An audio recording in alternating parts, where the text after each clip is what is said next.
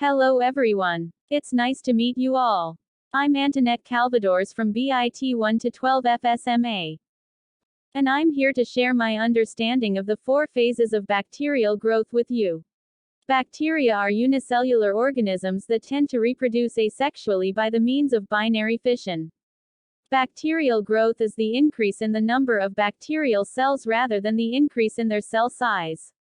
The bacterial growth curve represents the number of live cells in a bacterial population over a period of time. It has been determined that in a closed system or batch culture, no food added, no wastes removed, bacteria will grow in a predictable pattern, resulting in a growth curve composed of 4 distinct phases of the lag phase, the exponential or log phase, the stationary phase, and the death or decline phase. The lag phase. The lag phase is an adaptation period, where the bacteria are adjusting to their new conditions.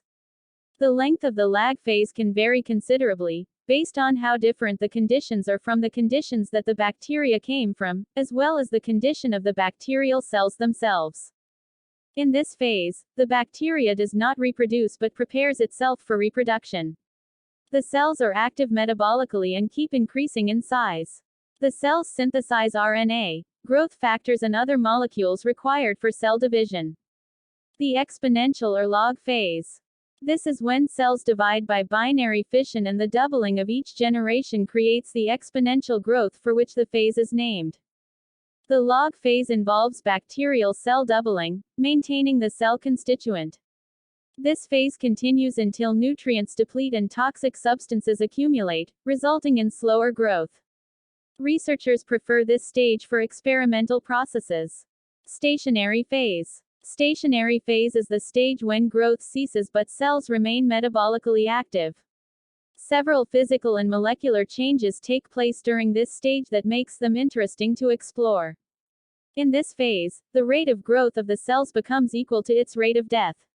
The rate of growth of the bacterial cells is limited by the accumulation of toxic compounds and also depletion of nutrients in the media. The cell population remains constant at this stage. Plotting this phase on the graph gives a smooth horizontal linear line. Death phase. Death phase is the point where the living cells stop metabolic functions and begin the process of death. This is the last phase of the bacterial growth. At this stage, the rate of death is greater than the rate of formation of new cells. Lack of nutrients, physical conditions or other injuries to the cell leads to death of the cells.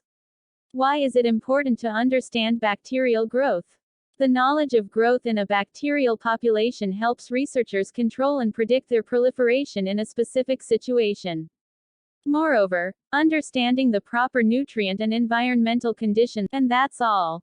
Thank you guys for watching.